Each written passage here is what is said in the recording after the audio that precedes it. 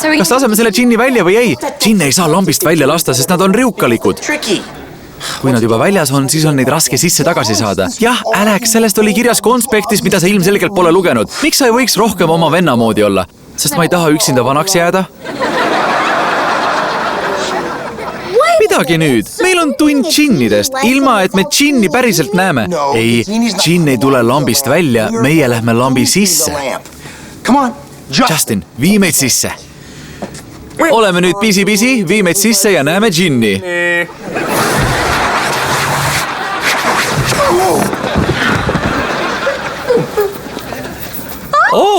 Laulukoor.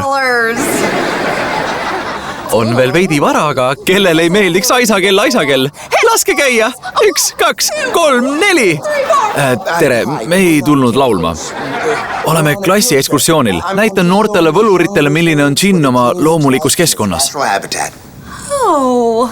Palun vabandust, ma ei oodanud seltsilisi. Mul pole piisavalt toitu. Et meile kõigile õhtusööki valmistada, aga ma tean ühte vapustavat pitsakohvikut. Pitsa maitseb ju kõigile, eks? 86. ja Columbuse nurgal koos lisandipaariga. Lisandipaar? Päris hea, eks? Kõlab hästi, laseme siit jalga. Laseme, jah. Olen nüüd pisi-pisi, aga... Isa, nägid? Ta arvas, et džinn teda üle kavalda, aga ta oleks ta peaaegu vabastanud. Halloo, oleksin ka ise endale käe suu peale pannud. Sellepärast ma teid siia tõingi, et näidata, kui riukalikud võivad džinnid olla. Täpselt nii, džinnid võivad väga riukalikud olla. Räägime sellest piimakohvi juues.